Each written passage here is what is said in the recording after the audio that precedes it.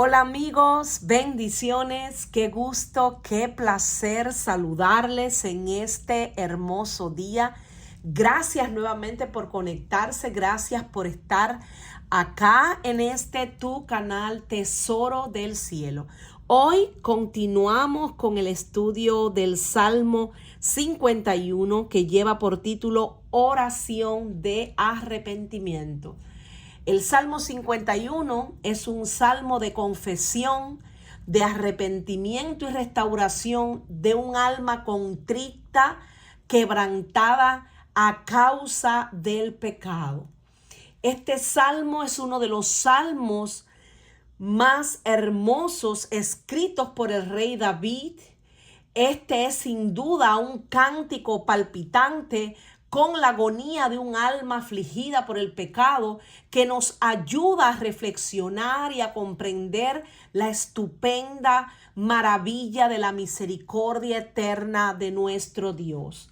Un salmo de David que lleva como subtítulo al músico principal y que también nos invita pues a reflexionar porque sabemos todos los que hemos estudiado la palabra de Dios que este salmo es escrito por David en un acto de arrepentimiento genuino, un acto de humillación ante Dios, porque después que él se llegó a Betsabé, dice la escritura, y aquí lo podemos ver, vino a él Natán, el profeta, quien lo confronta a causa de el pecado de adulterio que cometió con esta mujer.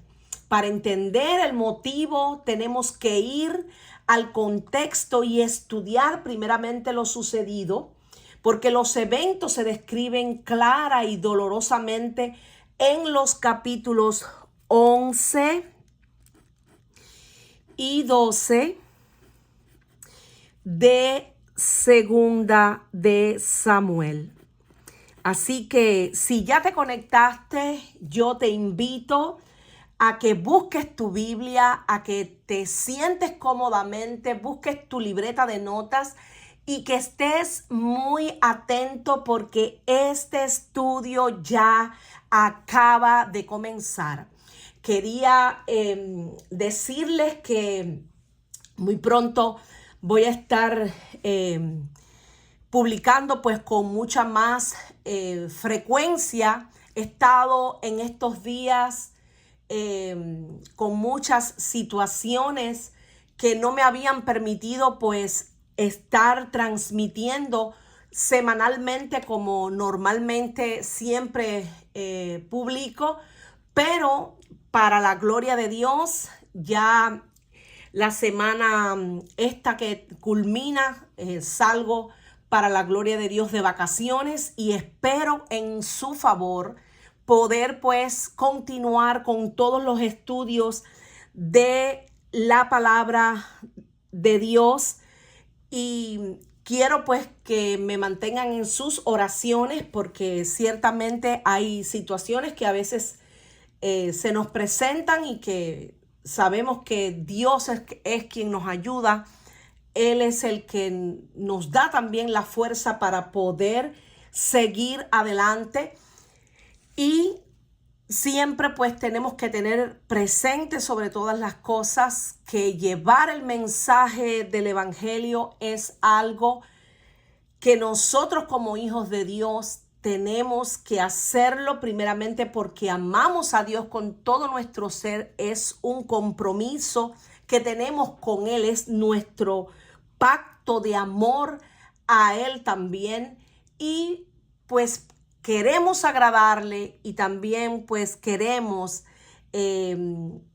ser usados por el Señor para llevar muchas almas a los pies de Cristo. En esta hora levantamos una oración pidiéndole a Dios que tome pues el control y el dominio de este tiempo. Padre eterno, te damos gracias, Señor, por tu amor, por tu fidelidad, por tu misericordia que es desde la eternidad y hasta la eternidad. Te pedimos, Dios mío, en esta hora, que pases carbón encendido por mis labios, que seas tú, oh Dios, fluyendo a través de mí. Oh Padre, que todo lo que se diga en esta hora, Señor, sea tu palabra fluyendo, Dios mío, que nada sea de mí sino de ti, oh Dios. En el nombre poderoso de Jesucristo, quiero menguar para que tú crezcas. Oh Padre, queremos en todo tiempo ser guiados por tu Espíritu. Queremos en todo tiempo, Dios mío, hacer tu voluntad, andar en el Espíritu. En el nombre poderoso de Jesucristo, te rogamos en esta hora, Señor, que nos enseñes tu palabra, que pongas tú en cada uno de nosotros ese deseo ferviente, Dios mío, de estudiar a tiempo, fuera de tiempo, tu palabra, de meditar en ella, Señor, y sobre todas las cosas, de ponerla por obra. Padre, esta es tu palabra. Sabemos que nunca regresa vacía, sino que hace exactamente lo que tú ordenas, para lo que tú la envías. Por eso te pido que todos aquellos, Dios mío, que se conecten, que todos aquellos que estén estudiando tu palabra, que puedan escuchar y ver este video, Dios mío, tu palabra pues sea grabada en cada corazón para cuando llegue ese momento difícil, para cuando llegue la prueba, sea tu palabra la que pelee por ellos y también por mí. Te lo pedimos, Dios mío, en el nombre poderoso de Jesucristo. Te damos gracias en este hermoso día y te decimos amén y amén. Como les decía, mis amados, este es un salmo de David, es un salmo que es muy recordado por el pueblo de Dios, un salmo que todos nosotros los cristianos tenemos que estudiarlo y sobre todo aprenderlo si es posible hasta de memoria, porque es un salmo que nos recuerda que tenemos que vivir en humildad, que tenemos que reconocer cuando nosotros fallamos, reconocer cuando nosotros podamos estar haciendo algo que a Dios no le agrade. Y este salmo pues nos invita a humillarnos, nos invita a abrir nuestro corazón al Señor, a pedirle al Señor de todo nuestro corazón y de una manera sincera, pues perdón, a reconocer cuando nosotros pecamos contra Dios, a confesar al Señor las cosas malas que hemos hecho ante su presencia y sobre todo venir a Él pidiéndole que nos ayude en nuestra debilidad, que nos limpie de toda maldad. Es un salmo que si nunca lo has leído, yo te invito a que te quedes porque es importante que sobre todas las cosas conozcamos cómo es que nosotros tenemos que acercarnos al Señor para que Dios cada día pueda trabajar en nuestra vida. Nosotros tenemos que tener una comunión íntima y estrecha con Él. Bueno, sin más preámbulos, quería comenzar pues analizando este capítulo 11 y 12 de Segunda de Samuel para poder entender todo el contexto en el que el rey David escribió este salmo. Cuando vamos a la escritura, vemos que dice en Segunda de Samuel 11, yo les voy a ir leyendo, quizás este estudio nos tome una primera, una segunda, tal vez una tercera parte. No quiero hacerlo corriendo, es decir, buscando la manera, pues, como se dice, de adelantar. No, yo lo que quiero es que podamos estudiar la palabra a profundidad, pero también que nos tomemos todo el tiempo que sea necesario para poder desarrollarla. Yo les voy a estar leyendo desde la Nueva Traducción Viviente y lo voy a poner por acá para ir siguiendo pues la lectura aquí. Perdonen que es que se mueve un poco aquí a través de la Nueva Traducción Viviente. Vamos a ver qué fue lo que sucedió. Leamos en el nombre del Padre, del Hijo y del Espíritu Santo. David y Betsabé. En la primavera, cuando los reyes suelen salir a la guerra, David envió a Joab y al ejército israelita para pelear contra los amonitas. Destruyeron al ejército amonita y sitiaron la ciudad de Rabá. Sin embargo, David se quedó en Jerusalén. Una tarde, después del descanso de mediodía, David se levantó de la cama y subió a caminar por la azotea del palacio. Mientras miraba hacia la ciudad, vio a una mujer de belleza singular que estaba bañándose. Luego envió a alguien para que averiguara quién era la mujer y le dijeron: es Betsabé, hija de Elián y esposa de Urías elitita. Así que David envió mensajeros para que la trajeran, y cuando llegó al palacio se acostó con ella. Luego ella regresó a su casa. Betsabé recién había terminado los ritos de purificación posteriores a su periodo menstrual.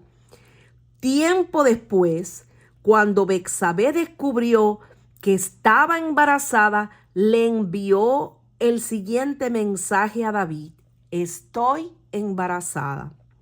Entonces David envió un mensaje a Joab: mándame a Urías elitita. Así que Joab se lo envió. Cuando Urías llegó, David le preguntó cómo estaban Joab y el ejército y cómo marchaba la guerra. Después le dijo a Urías: ve a tu casa a descansar. David incluso le envió un regalo a Urías apenas éste dejó el palacio. Pero Urías no fue a su casa, sino que durmió esa noche a la entrada del palacio con la guardia real. Al enterarse David de que Urías no había ido a su casa, lo mandó a llamar y le preguntó. Vamos a dejarlo por ahora hasta aquí. Como podemos analizar, mis amados, esto es una historia que realmente pues es conmovedora, se pudiera decir. Si analizamos, el rey David debía de estar en la guerra. Decía que era la primavera cuando los reyes solían salir a la guerra. Así que David debía de estar en la guerra junto al ejército israelita para pelear contra los amonitas, que eran los enemigos en aquel tiempo. Y él decidió, pues, como dice esta porción, se quedó en Jerusalén, se quedó en su casa. Como todos pudimos escuchar, él estaba paseándose en el palacio. Un día de descanso se había tomado y al mediodía pues se levantó de su cama, subió a la azotea y mientras miraba hacia la ciudad, vio a una mujer de belleza singular que estaba bañándose. Esto pudiera parecer un acto pues común, como lo que le puede suceder a cualquiera, que alguien esté en un lugar y que de momento vea algo que no esperaba ver. Pero lo que nos llama la atención, que el primer error que comete aquí David y todos los que analizamos esto, pues nos damos cuenta es que él, en vez de estar en el momento que tenía que estar al frente de la batalla, allí junto a sus hermanos, dirigiendo pues aquel momento tan difícil que estaba atravesando pues el pueblo de Israel, él decide descansar, él decide quedarse en casa. Y bueno, pues pareciera que eso no tiene de cierta forma mucha importancia, pero vemos cómo más adelante este estado de ociosidad, este estado de no pedirle a Dios de cierta forma guianza, de si él tal vez estaba agotado, si él tal vez estaba ya, como se dice, ansioso, estresado por todo lo que implica estar al frente de una batalla. Él decidió pues quedarse en casa a descansar. Pero lo que sucede después es lo que es verdaderamente alarmante. Vemos cómo cuando él estaba en la azotea, él observa que esta mujer, que dicen que era una mujer de una belleza singular, pues estaba bañándose.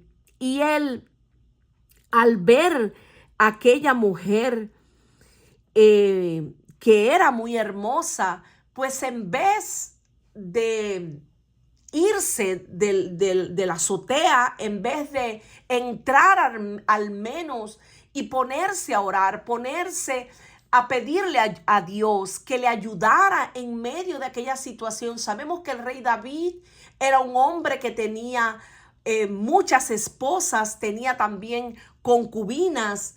Él miró a aquella mujer, pero en su corazón la codició, en su corazón comenzó a querer pues conocerla, tener relaciones con ella. Por eso dice en este verso 3 que luego que envió a alguien para que averiguara quién era la mujer, le dijeron que era Betsabé, hija de Elián y esposa de Urías elitita. Vemos que David no solamente comienza a interesarse por aquella mujer, él comienza a preguntar por ella, él le gustó aquella mujer, pero no le bastó con saber que era una mujer que ya estaba casada, que tenía su esposo, como podemos observar aquí. Así que él, sin importarle eso, dice que envió mensajeros para que la trajeran. Él fue mucho más allá. Él comenzó no solamente a codiciar a aquella mujer en su mente, sino que también quiso que la trajeran a su presencia. Y cuando llegó al palacio, pues aunque aquí la Biblia no lo describe, sabemos que él tuvo que haber conversado con ella, haberla enamorado, haberla convencido de cierta manera para que ella cediera ante esa petición y ante esa tentación también cediera. Vemos cómo no solo David es el responsable de este acto de adulterio, sino también ella, porque ella, sabiendo que era una mujer casada, no sabemos que quizás si actuó por temor, porque al ser David pues el rey, ella quizás no quería pues rechazarlo de cierta forma. Tal vez pienso yo que por temor, pero aún así ella debió de haber mantenido esa postura, siendo una mujer casada, debió de mantener una postura decente y decirle: lo siento, pero no puedo porque yo soy una mujer casada, y mantener su honor, mantener su valor, darse ese valor. Sin embargo, vemos que ella cedió también ante esta situación. Si analizamos, el primer error que cometió David fue no haber ido a la guerra, no estar en el lugar que él tenía que estar. Pero también esta mujer, Betsabé, cometió otro error, y era que quizás si ella se hubiera estado bañando en el lugar en que ella decidió bañarse, que suponemos que haya sido también en el patio de su casa, si ella hubiera escogido bañarse dentro de la casa o tal vez en el patio y buscar la manera de poner cortinas, de poner algo que no dejara que estuviera pues expuesta de cierta manera a que cualquiera pudiera mirarla, pues ella también cometió este error grave, y eso también de cierta manera pues la hizo ser cómplice y ser también pues un instrumento del enemigo para que hiciera caer a este varón. Dice más adelante que David envió mensajeros para que la trajeran, y cuando llegó al palacio se acostó con ella. Luego ella regresó a su casa.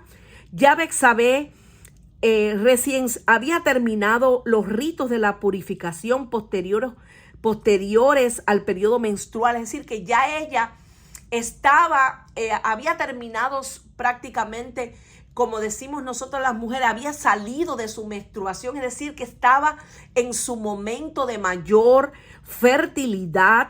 Y dice que tiempo después, cuando Betsabé descubrió que estaba embarazada, le envió el siguiente mensaje a David: estoy embarazada. Quizás ellos buscaron la manera de hacerlo escondidas, donde nadie supiera todo esto que ellos habían hecho en ese momento, y que quedara entre ellos dos. Pero sabemos que Dios es omnipresente, Dios lo sabe todo. Sabemos que Dios es omnisciente, lo sabe todo, omnipresente, está en todas partes. Y aunque muchas veces nosotros, valga la redundancia, podamos hacer algo a ocultas de la gente, pues para Dios es como si estuviéramos como un libro abierto. Nosotros no podemos ocultar nada, absolutamente nada, a Dios. Todo lo que nosotros hagamos, aún nuestros más íntimos pensamientos, están descubiertos ante la majestad de Dios, ante su presencia. Dice la palabra que no está aún ni siquiera la palabra puesta en nuestra boca, y he aquí que ya Dios la sabe. Es decir, que nadie se puede esconder de Dios. Ella le manda decir que está embarazada. Entonces David envió un mensaje a Joab: mándame a Urías elitita. Él comenzó a planear cómo deshacerse de esa responsabilidad, de esa situación tan vergonzosa, porque más tarde o más temprano, dice la Escritura, no hay nada oculto que no salga a la luz. Y al tener esta situación de que aquella mujer había quedado embarazada, pues él comenzó a planear cómo deshacerse de esa situación para salir completamente airoso. Una cosa que David no advirtió fue que más tarde o más temprano su pecado iba a salir a la luz, y que todo se iba a saber, porque no hay nada oculto que no salga a la luz. Dios siempre va a exponer las cosas que nosotros tratemos de ocultar, y más cuando se trata cosas que van en contra incluso del prójimo, que van en contra de los principios, de los mandamientos del Señor. Una de las cosas que dice la Escritura es: no codiciarás nada de tu prójimo, no codiciarás la esposa de tu prójimo. Sin embargo, aquí David vemos que ya una vez que se entera de que ella está embarazada, él planea mandar a buscar a Urías, y la intención no era pues pasar un tiempo con él porque Urías le caía bien o porque Urías fuera su amigo, sino que Urías llegara a la casa de su mujer, de Betsabé, se llegara a Betsabé, y a partir de ese momento pues que quedara como que Urías y Betsabé habían tenido ese niño. Es decir, que Betsabé quedaba embarazada no porque hubiera tenido una relación extramatrimonial, sino más bien una relación con su esposo. Pero este plan premeditado le salió mal, porque es que contra Dios nosotros no podemos hacer planes malvados. Él pensó salirse con la suya, pero vemos cómo Urías dice que esa noche no durmió, sino en su casa, sino que durmió a la entrada, y dice que con la guardia real. Así que como no fue a la casa, pues David siguió pues planificando ver cómo hacía caer a este hombre. Y si seguimos leyendo, mis amados, vemos cómo en todo este capítulo 11 y 12 vemos que David, al ver que Urías no desiste, que Urías no quería llegar a la casa, y vemos que cuando él se encuentra con Urías le pregunta, y miren qué respuesta le da Urías, cómo este era un hombre íntegro, cómo este era un hombre que respetaba la autoridad, pero sobre todas las cosas con unos principios y unos valores tan hermosos que es verdaderamente impresionante.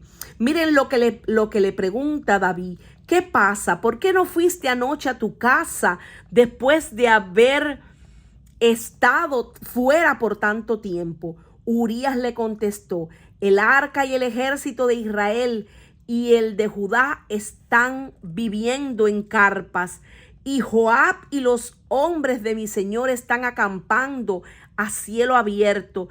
¿Cómo podría yo ir a casa para beber, comer y dormir con mi esposa? Juro que jamás haría semejante cosa. Está bien, le dice David. Quédate hoy aquí, le dijo David, y mañana puedes regresar al ejército. Así que Urías se quedó en Jerusalén ese día, y el siguiente David lo invitó a cenar y lo emborrachó.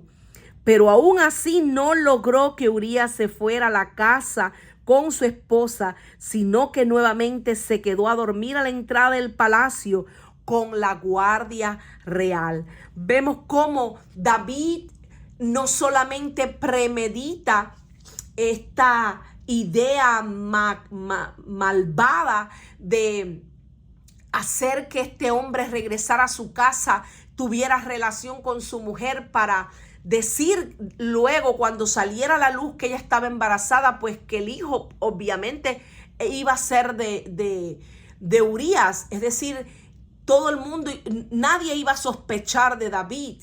Y como este plan no salió, pues él planeó otra cosa, y fue emborracharlo, para que una vez que se emborrachara, pues una persona cuando se emborracha no tiene pues muy bien su mente clara como para tomar decisiones certeras. ¿Y qué hizo? Pensó, lo voy a emborrachar y de esta manera él sí va a llegar a la casa y sí se va a acostar. Y al menos si entra en la casa ya es suficiente. Ya todo el mundo va a decir, no es que él estuvo tal día en la casa. Pero ni aún así Dios permitió que Urías entrara en la casa de su esposa. Vemos que David, como dice aquí, trama entonces la muerte de Urías. Como podemos notar, mis amados, un pecado fue generando otro pecado. El primer pecado fue la pereza. El primer pecado fue el saber hacer lo bueno y no hacerlo, dice la Escritura, que se nos cuenta como pecado. El que él tenía que estar en la guerra y no estuvo, pues en la guerra dejó de ir al lugar que tenía que estar. Lo segundo es ese estado de ociosidad, ponerse a caminar por toda la azotea aquella, en vez de estar orando, en vez de estar buscando el rostro de Dios. Se puso de cierta manera pues a tomarse pues un tiempo de, se pudiera decir, de esparcimiento y recreación, y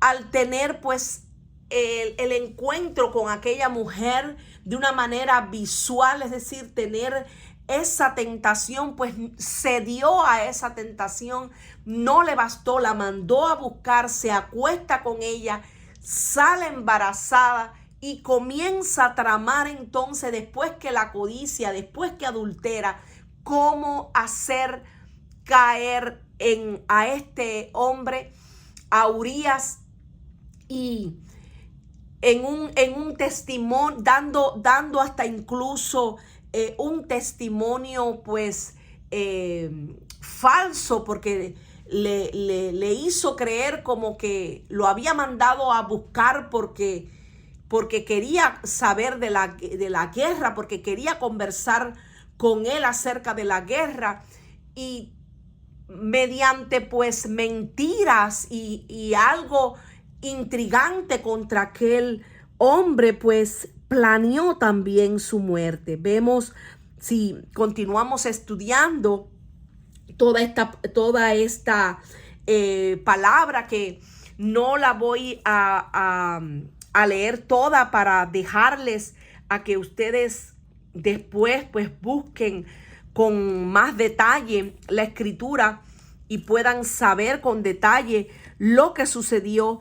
Vemos que él pues manda con el mismo Urías una carta, un mensaje diciéndole al jefe principal, al que estaba allí al frente de la batalla, a que pusiera a Urías. Él le manda por medio del mismo Urías una nota a Joab para que lo pusieran enfrente de la batalla y Urías muriera en la batalla. De esta manera él se deshacía ya de Urías y podía entonces tomar a Betsabé por esposa sin ningún obstáculo, sin ningún problema, aparentemente, porque lo que no meditó ni pensó David en aquel momento es que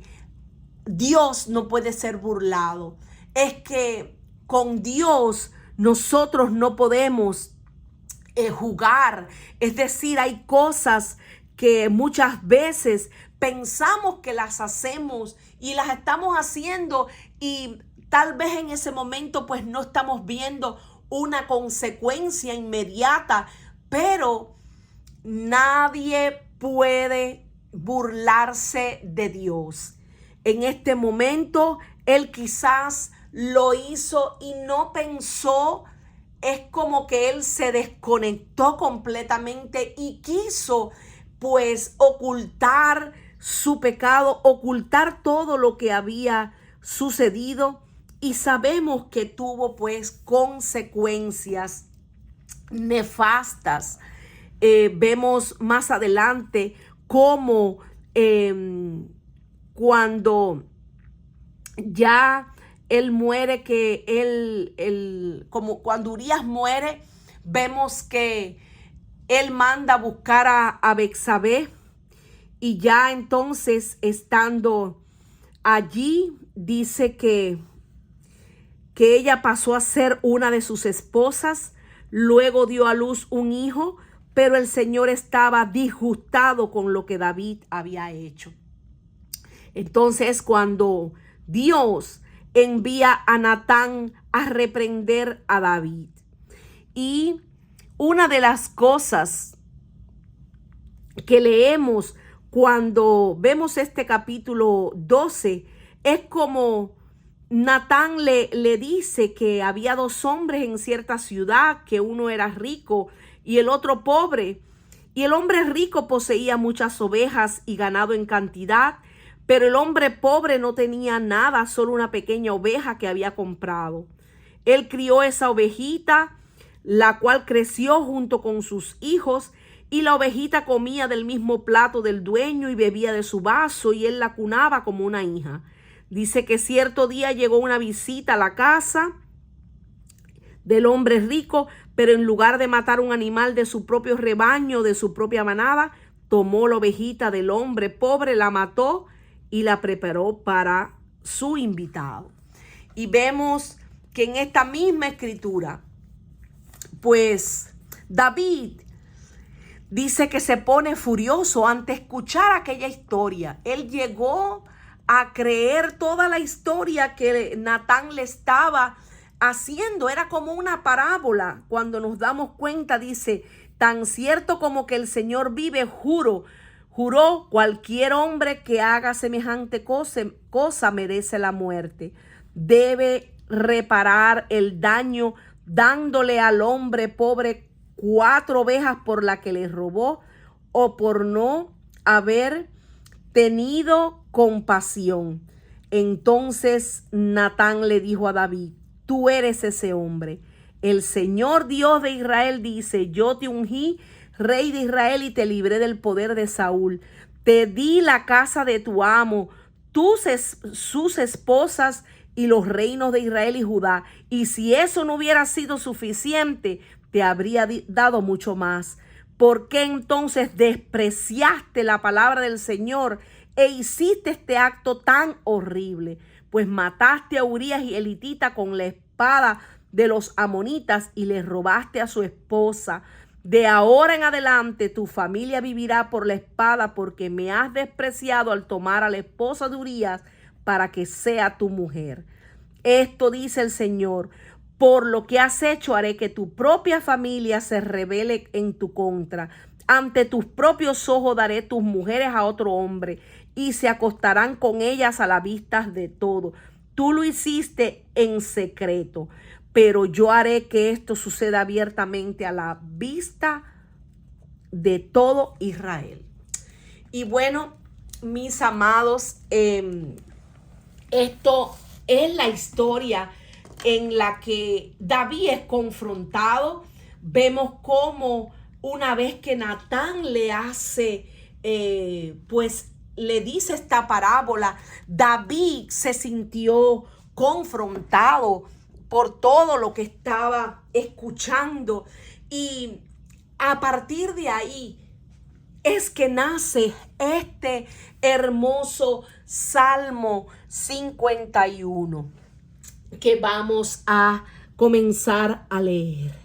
Ten piedad de mí, oh Dios, conforme a tu misericordia, conforme a la multitud de tus piedades, borra mis rebeliones. Lávame más y más de mi maldad y límpiame de mi pecado. Aquí David comienza suplicándole a Dios: ten piedad de mí, oh Dios, conforme a tu misericordia. David se inclina ante el Señor y reconoce su pecado. El título de este salmo da el contexto trágico de la súplica de David. Había pecado en codicia a la mujer de Urías, cayendo en adulterio, asesinato premeditado, conspiración y mentira al cubrir su pecado y dureza contra el arrepentimiento.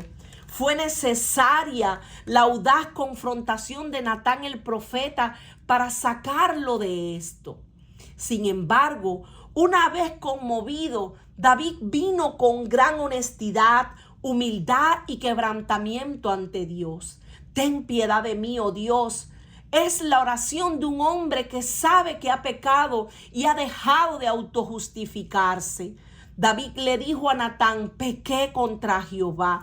Esto lo podemos leer en 2 Samuel 12:13. Una confesión buena y directa, sin excusa y con claridad. David pedía piedad, y eso conforme a la medida de la misericordia de Dios. Este es el esed de Dios, su amor leal, su pacto de misericordia, su fidelidad. Era una petición bien redactada con la elocuencia del verdadero quebrantamiento. Conforme a la multitud de tus piedades. En palabras ligeramente diferentes, David repite el pensamiento de la súplica anterior. Antes había experimentado la multitud de las piedades de Dios, pero ahora vuelve a pedir ese derramamiento de perdón. La multitud de tus piedades. Los hombres están muy aterrorizados por la multitud de sus pecados, pero aquí hay un consuelo. Nuestro Dios tiene la multitud de piedades. Piedad es una virtud que inspira por el amor a Dios, tierna devoción a las cosas santas y por el amor al prójimo, actos de amor y compasión. Piedad es ese amor entrañable que se consagra a la misericordia. Es la conmiseración, es la compasión, es la misericordia misma, es la clemencia y la lástima. David usa varias palabras para hablar de la bondad que deseaba de Dios. La misericordia denota la asistencia amorosa de Dios a los lastimeros. El amor inagotable apunta a la operación continua de esta misericordia. La compasión, piedades, enseña que Dios siente por nuestras debilidades. Hay muchísimos textos en la Biblia que nos recuerda esto. Vamos a leer algunos. Venid luego, dice Jehová, y estemos a cuenta. Si vuestros pecados fueren como la grana, como la nieve, serán emblanquecidos. Si fueren rojos como el carmesí, vendrán a ser como la nieve. Se complace Jehová en los que le temen y en los que esperan en su misericordia. El versículo que les leí, los dos versículos son Isaías 1:18 y el otro Salmo 147:11. Vamos a leer también este Salmo 136,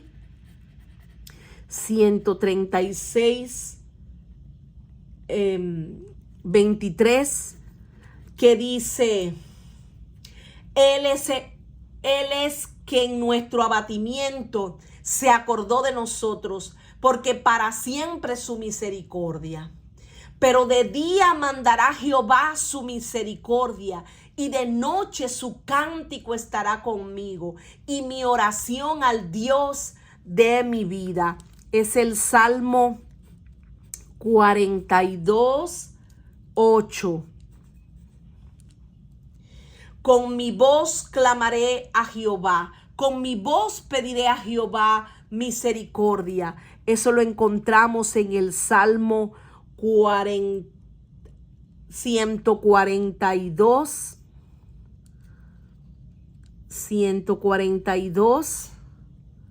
1, Para Dios la mejor ofrenda es la humildad.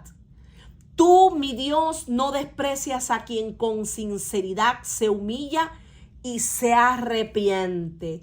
Aleluya. Aquí en este mismo salmo, 51, en el verso 17, podemos ver en la traducción al lenguaje actual cómo cuando nosotros nos humillamos, cuando nosotros tenemos humildad. ¿Y qué cosa es la humildad? Es el reconocimiento de nuestras propias limitaciones y actuar conforme a ellas. Una de las cosas que David le pedía a Dios era: conforme a la multitud de tus piedades, borra mis rebeliones. David sentía que un registro de sus muchos pecados lo condenaba y quería que se borrara la cuenta de ellos. El borrado puede referirse a la propia conciencia de David o a la cuenta que Dios llevaba sobre su pecado, o quizás a ambos. Borra mis rebeliones, le decía. La súplica borra significa quita, como cuando uno borra la escritura de un libro. Podemos ver esto en el libro de Éxodo 32:2 o en el libro de Números 5:23. Estos versos se los voy a dejar por aquí para que después los busquen. 32:2, 32:32, y Números 5:23. Borra mis rebeliones. De tu libro de deudas tacha las líneas negras de mis pecados con las líneas rojas de la sangre de Cristo.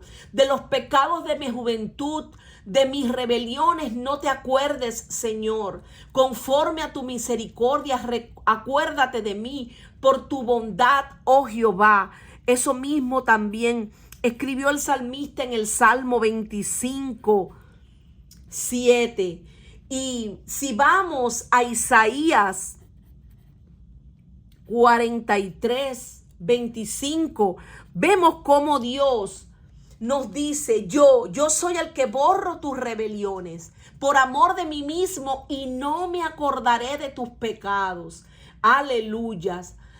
Dice también en el libro de Miqueas 7:19, Él volverá a tener misericordia de nosotros, sepultará nuestras iniquidades y echará en lo profundo del mar todos nuestros pecados. Aleluya. Y en el libro de Proverbios 28:13 dice que el que encubre sus pecados no prosperará, mas el que los confiesa y se aparta alcanzará misericordia. Vemos cómo David lo primero que hace es humillarse ante Dios, humillarse y pedirle a Dios ayuda. Borra mis rebeliones, lávame más y más de mi maldad y límpiame de mi pecado. David reconoció que había pecado contra Dios. David no ocultó más su pecado. Por eso David pidió a Dios que lo lavara. La palabra de Dios a través de Natán el profeta trabajó como un espejo para mostrarle a David lo sucio y lo manchado que estaba. Había vivido en esa condición durante algún tiempo, quizás un año, sin un conocimiento agudo de su maldad y pecado. Ahora la sensación de la mancha lo lleva a suplicar que Dios lo limpiara. Por eso decía: lávame más y más, que en hebreo significa multiplícate, para lavarme, con cuya frase da a entender la grandeza de su culpa. Lávame más y más de mi maldad y límpiame de mi pecado. Con cuya frase él también pues analiza la absoluta necesidad de que no hay nada mejor que ser lavado por Dios, que nosotros mismos muchas veces no podemos, por más que queramos, pues lavarnos y limpiarnos del pecado. Nosotros lo único que podemos hacer es reconocerlo, apartarnos del mal, volvernos a Dios y pedirle a Él que nos ayude en nuestra debilidad, que nos limpie de toda maldad, de toda iniquidad, de todo pecado. lávame más y más. La palabra empleada es significativa, ya que probablemente significa lavar amasando o golpeando, no simplemente enjuagando. Lávame más y más para ser limpiado no solo de las impurezas externas, sino de su naturaleza caída. David pedía un corazón nuevo, limpio y puro, un corazón sensible a la voz de Dios, un corazón que renunciara a las obras de la carne y diera lugar al Espíritu y su fruto. David usó varias palabras para hablar de su ofensa contra Dios. Rebeliones, que tiene la idea de cruzar una barrera. Maldad, que tiene la idea de retorcimiento, perversión. Pecado, que tiene la idea de quedarse corto o de errar al blanco. Pero si andamos en la luz, como Él está en luz, tenemos comunión unos con otros, y dice la Escritura que la sangre de Jesucristo, su Hijo, nos limpia de todo pecado. Hay muchas porciones de la Escritura que pudiéramos analizar. Esta que acabo de leer está en Primera de Juan 1:7, donde nos dice que la sangre de Jesucristo es quien nos limpia de todo pecado, porque Cristo murió una vez y para siempre para perdonarnos nuestros pecados. Él era bueno y es bueno e inocente y sufrió por los pecadores para que todos pudiéramos ser amigos de Dios. Los que mataron a Cristo destruyeron su cuerpo, pero Él resucitó para vivir como espíritu. De este modo fue a anunciar su victoria a los espíritus que estaban presos. Eran los espíritus de los que desobedecieron a Dios en los tiempos de Noé. Dios esperó con paciencia a que se arrepintieran. Cuando leemos la Escritura dice que mientras Noé construía la barca, algunos no creyeron, solo unos pocos, 8 subieron a la barca y se salvaron del diluvio, pues el agua misma llevó a esos 8 personas a un lugar seguro, y esa agua representaba a la que ahora usamos para el bautismo, por medio del cual Dios nos salva. El bautismo verdadero no es para limpiar nuestro cuerpo, sino para pedirle a Dios que nos limpie de pecado, para que no nos sintamos culpables de nada. Y Dios nos salva por medio del bautismo, porque Jesucristo resucitó, subió al cielo y está sentado a la derecha de Dios en el lugar más importante, y gobierna a todos los ángeles y a todos los seres espirituales que tienen autoridad y poder. Esta palabra podemos encontrarla en Primera de Pedro 3:18 en la versión traducción al lenguaje actual. Vemos que también en el libro de Jeremías, vamos a escribirlo ahora acá, Jeremías, en este libro de Jeremías 33:8 dice: y los limpiaré de toda su maldad con que pecaron contra mí, y perdonaré todos sus pecados con que contra mí pecaron y que contra mí se rebelaron. Hay mucha porción de la Escritura donde pues Dios nos dice que aun cuando nosotros pecáramos, si hubiésemos pecado, tenemos abogado, tenemos al Padre, a Jesucristo, al justo. Él es la propiciación por nuestros pecados, y no solamente por los nuestros, sino también por todos los de todo el mundo. Y en esto sabemos que nosotros le conocemos si guardamos sus mandamientos. El que dice yo le conozco y no guarda sus mandamientos, el tal es mentiroso y la verdad no está en él. Pero el que guarda su palabra, en este verdaderamente el amor de Dios se ha perfeccionado.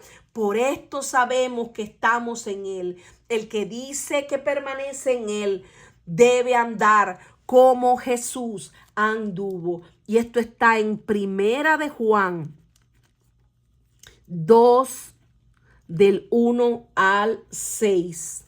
Hay mucha tela por donde cortar. Seguimos analizando, porque yo reconozco mis rebeliones y mi pecado está siempre delante de mí. Contra ti solo he pecado y he hecho lo malo delante de tus ojos, para que seas reconocido justo en tu palabra y tenido por puro en tu juicio. He aquí que en maldad yo he sido formado y en pecado me concibió mi madre.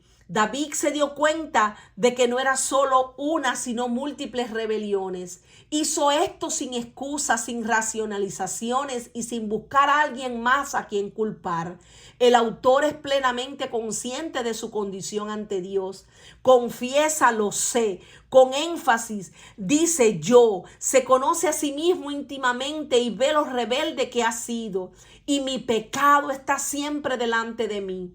En los muchos meses entre el momento en que David cometió estos pecados y esta confesión, él no había escapado del sentido del pecado. Estuvo siempre delante de él. Hizo todo lo posible por ignorarlo y negarlo. Pero como un hijo genuino de Dios, no pudo escapar. Estaba en pecado no confesado, pero miserable en él, como debe ser en un hijo de Dios que no confiesa y que una vez confrontado pues reconoce y rápidamente pide perdón a Dios y busca la manera de reconciliarse con el Señor. David no dijo, mi castigo está siempre delante de mí, o mis consecuencias están siempre delante de mí. Lo que él le molestaba era su pecado. Muchos se lamentan por las consecuencias del pecado, pero pocos por el pecado mismo. Esto siempre, decía David, está delante de mí. Para mi gran dolor y pesar, mi conciencia me carga con él y el enemigo lo pone en mi plato. Recordamos que David sufrió esta agonía como rey. Las riquezas, el poder y la gloria de un reino no pueden prevenir ni eliminar el tormento del pecado, que pone tanto al monarca como al mendigo en el mismo nivel. Mi pecado, decía. Notamos también cómo el salmista se da cuenta de su responsabilidad personal. Él reitera, mis transgresiones, mi iniquidad, mi pecado. No echa la culpa a la circunstancia, ni habla del temperamento, ni de las máximas de la sociedad o de la organización corporal. Todos estos tuvieron parte en impulsarlo a pecar, pero después de toda la concesión que se les ha hecho, la acción es del autor y él debe llevar su carga. Por eso él decía, contra ti, solo he pecado contra ti y he hecho lo malo delante de tus ojos, para que seas reconocido justo en tu palabra. Sabía que Dios es justo. Sabía que Dios no iba a darlo por inocente. Él sabía que cuando Dios lo estaba disciplinando, porque Dios al que ama disciplina, él sabía que él no podía justificarse, autojustificarse. Él sabía que Dios juzga con justa justicia y que reprende también a su hijo que ama. Pero también sabía que Dios no lo iba a dejar en esa condición.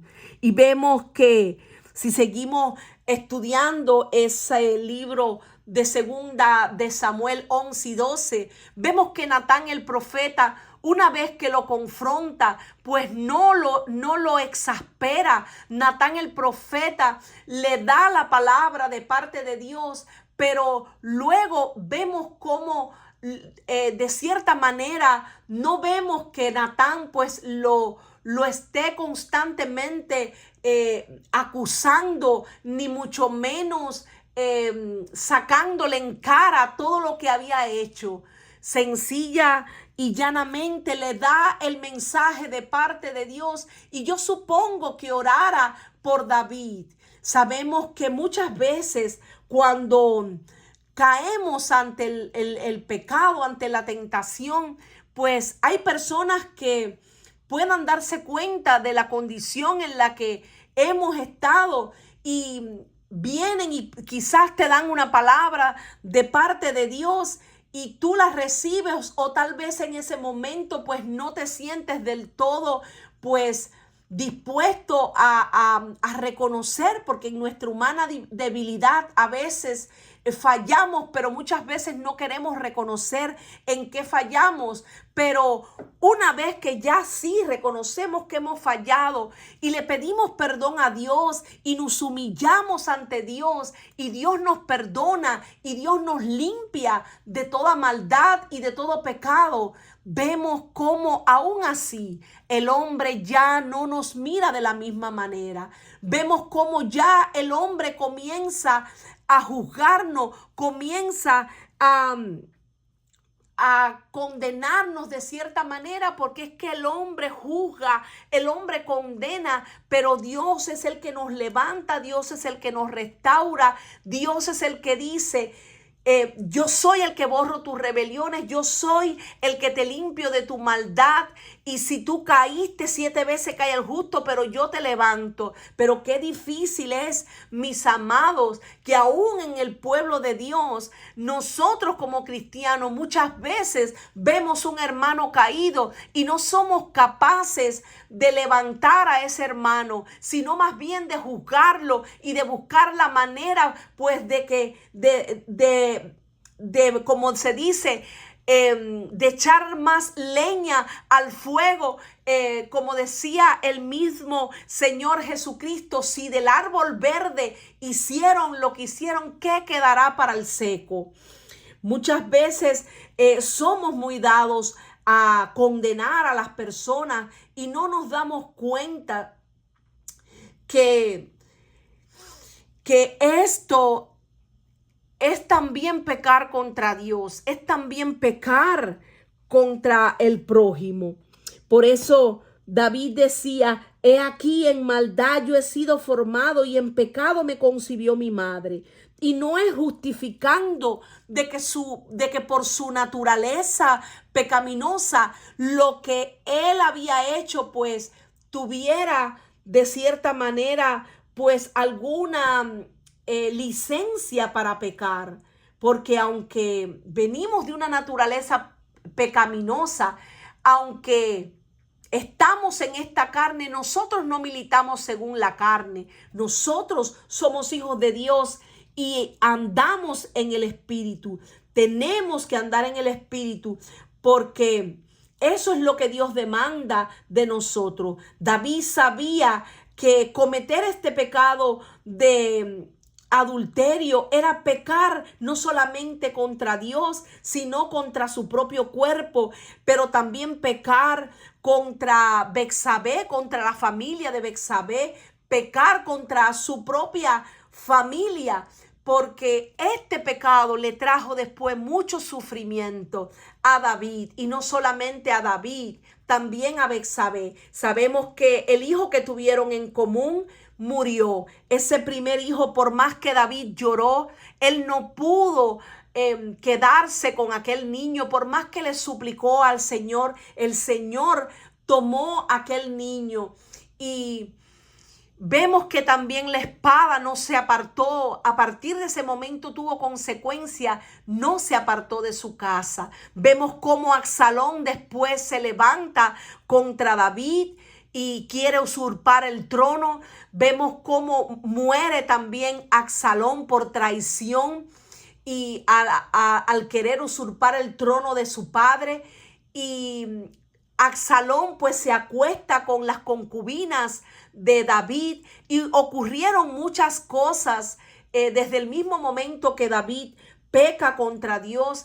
David tuvo muchos sufrimientos a partir de ese momento. Sin embargo, todo esto pasaba a un segundo plano cuando él consideraba la grandeza de su pecado contra Dios. Correctamente se sentía como si contra contra Dios solo había pecado. Había hecho lo malo delante de sus ojos. David se dio cuenta de que Dios estaba allí, de que Dios estaba mirando cuando hizo lo malo. Dios no estuvo ausente del dormitorio del adulterio, ni del lugar donde se dio la orden de matar a Urías. David sentía que su pecado había sido cometido en toda su inmundicia, mientras Jehová mismo miraba. Nadie excepto un hijo de Dios se preocupa por la mirada y presencia de Dios. Por eso decía, he aquí que tú amas la verdad en lo íntimo y en lo secreto me has hecho comprender sabiduría. David sabía que cuando él se volvía al Señor, que cuando él buscaba el rostro de Dios, Dios muchas veces le había enseñado la verdad. Dios muchas veces allí en lo íntimo, cuando él iba al lugar secreto, pues le había hecho comprender sabiduría de lo alto. Ese principio de sabiduría que es el temor a Jehová.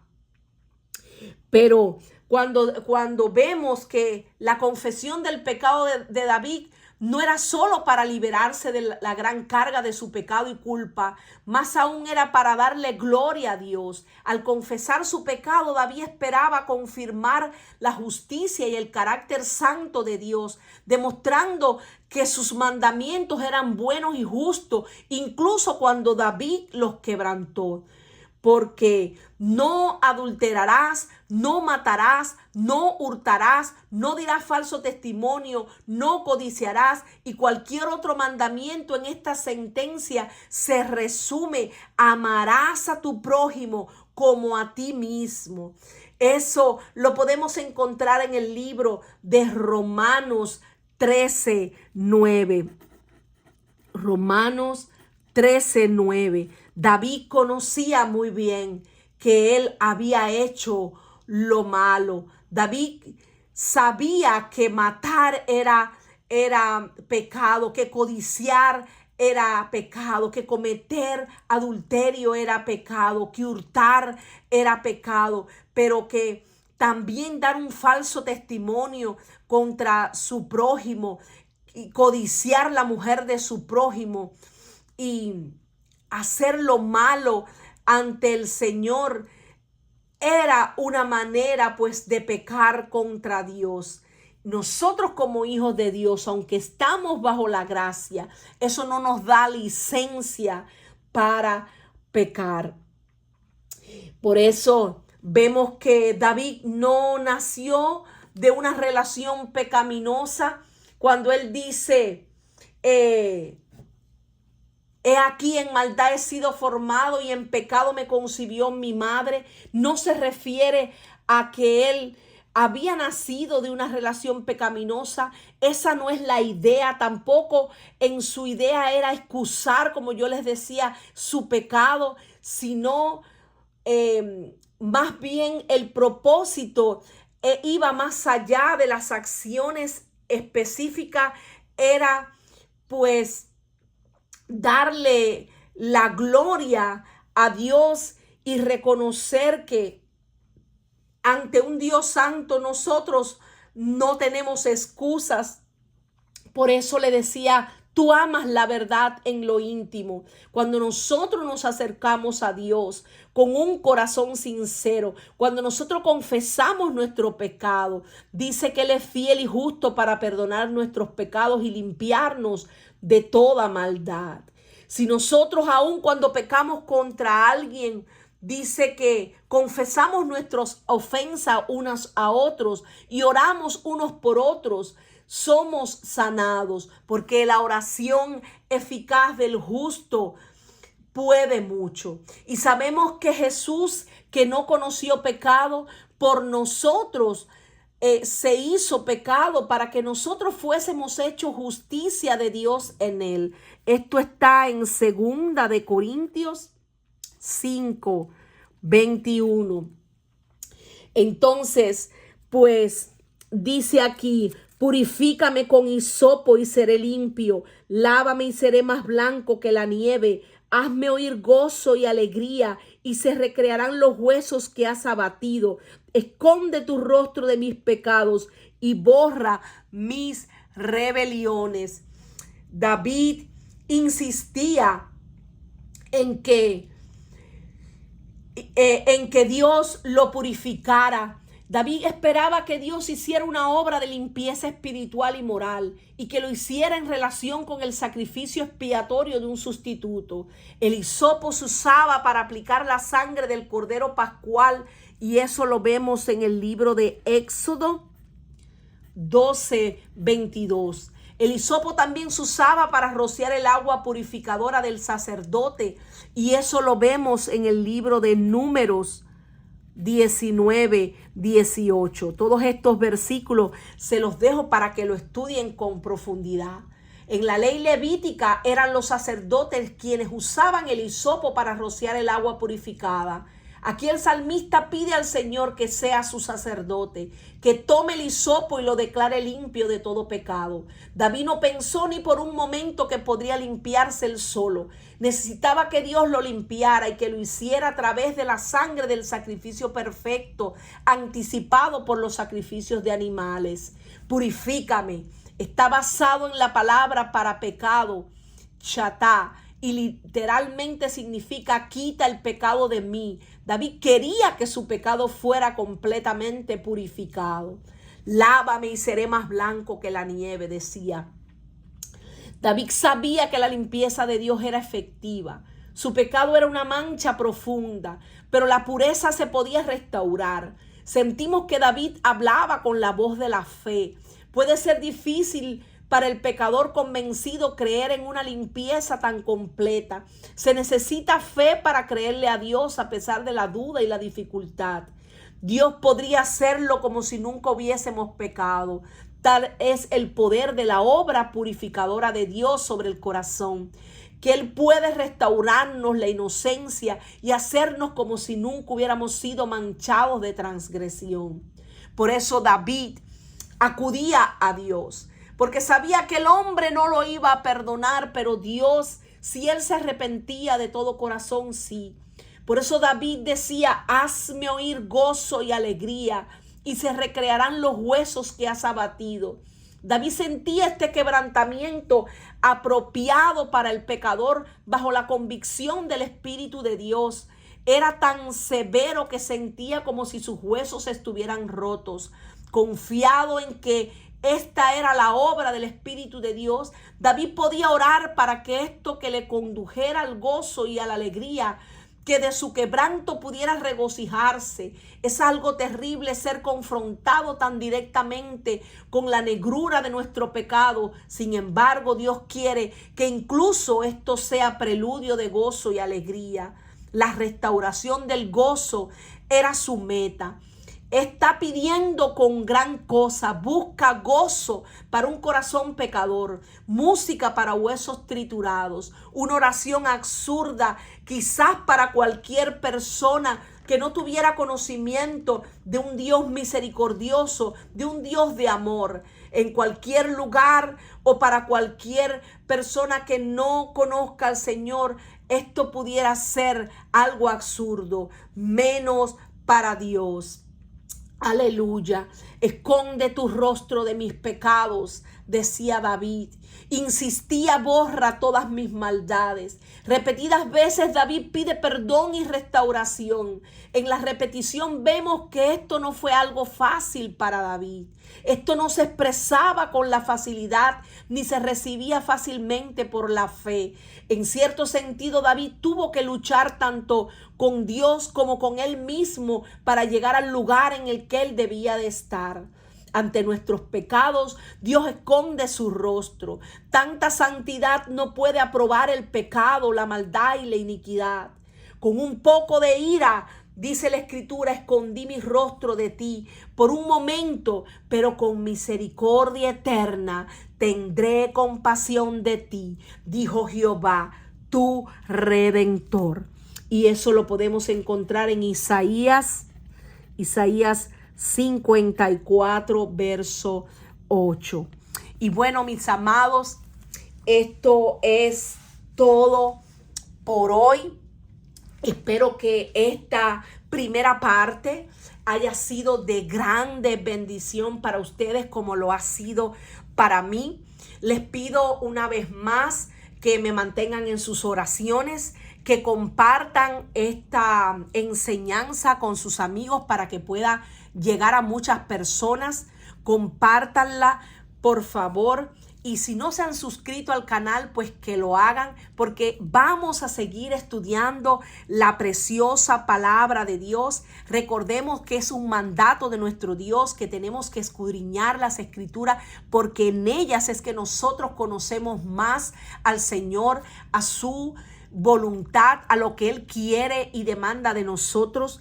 Aprenderse también y meditar en la Escritura es importante. Todos los días nosotros tenemos que ir a la presencia de Dios y pedirle a Dios que nos limpie, que nos lave de maldad, que nos perdone por el pecado, aun cuando cometemos errores, dice la Escritura, líbrame de esos errores que me son ocultos. Cada noche, antes de acostarnos, meditar en nuestra cama y preguntarle a Dios, orar a Dios y preguntarle, Señor, ¿qué he hecho mal? Dime en el día de hoy, límpiame de toda maldad y ayúdame, porque yo quiero, Señor, permanecer en ti, permanecer a tu lado, agradarte en todo. Nosotros tenemos que procurar con diligencia presentarnos ante Dios aprobados, que no tenemos nada de qué avergonzarnos en todo tiempo y en todo momento.